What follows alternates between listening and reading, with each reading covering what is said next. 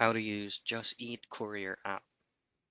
Now in this video, I'm just going to be providing you details on the most important key parts on using the Just Eat Courier application.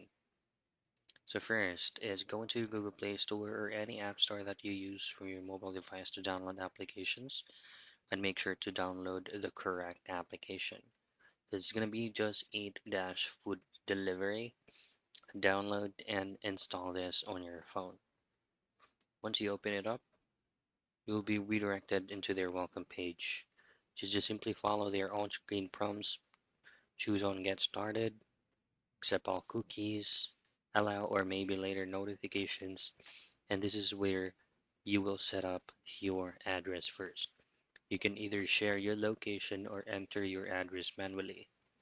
Now, once you've successfully or fully set up your account, here are the things that you can do. Once you're directed into your Just Eat Courier app dashboard, you will see this option here. This is offline.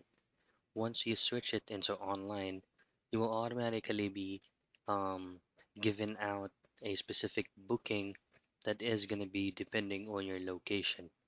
Once you select online, make sure to take note all those specific bookings that will automatically prompt out on your screen.